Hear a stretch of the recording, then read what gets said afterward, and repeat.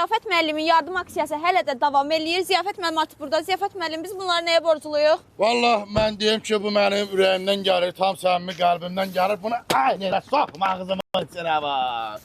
Hə, nəysə ki, deyir o sağ əl verdiyin sol əl bilməz, amma əslində yaxşıdır, qoy insanlarımız da görsün, elə bir örnək olsun bizim bu yardımımız. Çəkilişə düşsün. Bax, burada bir köməyə ehtiyacı olan, yardıma ehtiyacı olan bir insan var, bunu görürük. Və biz elə buradan keçirdik, dedik qoy bir insana yardım.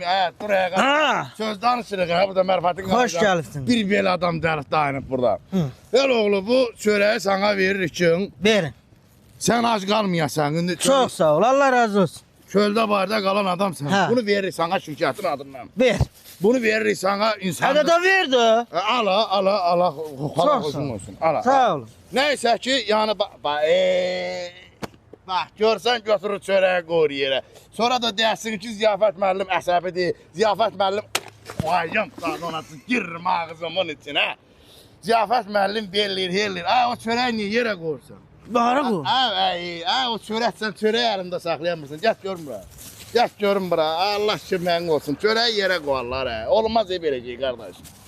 Nəysə ki, bu qardaşa yardım eləyə bilmədik. Allah ləyəqinizi kəssin. Bən yatmışdınız onu. Ev yoxdur, qoy mən ləyəqsiz olum, heç bir problem yox. Ged otur yerində, aralan buradan, ged gör orada nə var, o tap yer. Nəysə ki, gələn yardımlarımız Allah qoysa davam edəcək. Bax, məncə, çörəyə sən yemsən, ha? Ala qalandır, ala qalanı. Burasını kəsərsiniz, Sən dəqiqədə mən o ağzını sənə.